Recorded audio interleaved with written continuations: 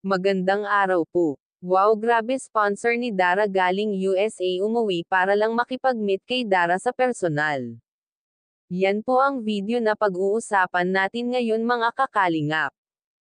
At bago po tayo magsimula sa video na ito, ay gusto ko lamang po shoutout ang ating mga minamahal na mga viewers at supporters, at muli ay welcome back po sa akin YouTube channel.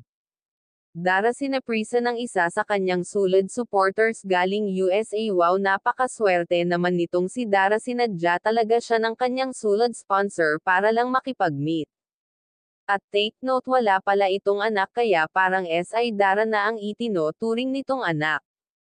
At sa mga sumusuporta sa aking mga video, maraming salamat po. Ito pala ang dahilan ng sponsor ni Dara ang makita sa personal SI Dara at makita ang kalagayan nito ngayon. At tatay ni Dara, nahihiya daw ito kay Kuya Rab dahil napakalaking tulong na ang naibibigay ni Kuya Rab kay Dara at sa kapatid nito na si Bea.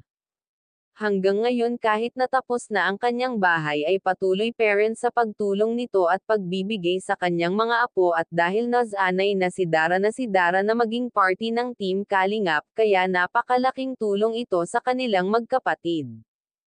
At ito ang inaasahan niya para sa pag-aral niya, kaya si Dara ay masaya ngayon sa mga kasamahan niya sa Team Kalingap.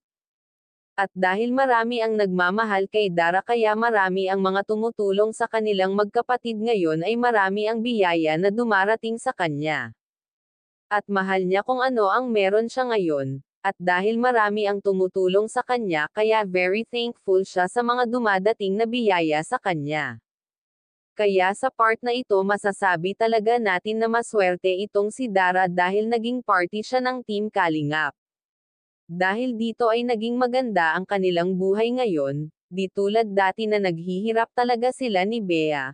Kaya kung napadaan lamang ako sa wall nyo, ay baka pwede paki-subscribe ng aking YouTube channel, at wag nga po pala natin kalilimutan suportahan ang ama ng ating kalingap na si Val Santos Matubang, at hanggang dito na lamang ang ating mixing reaction. Again, maraming salamat sa panonood.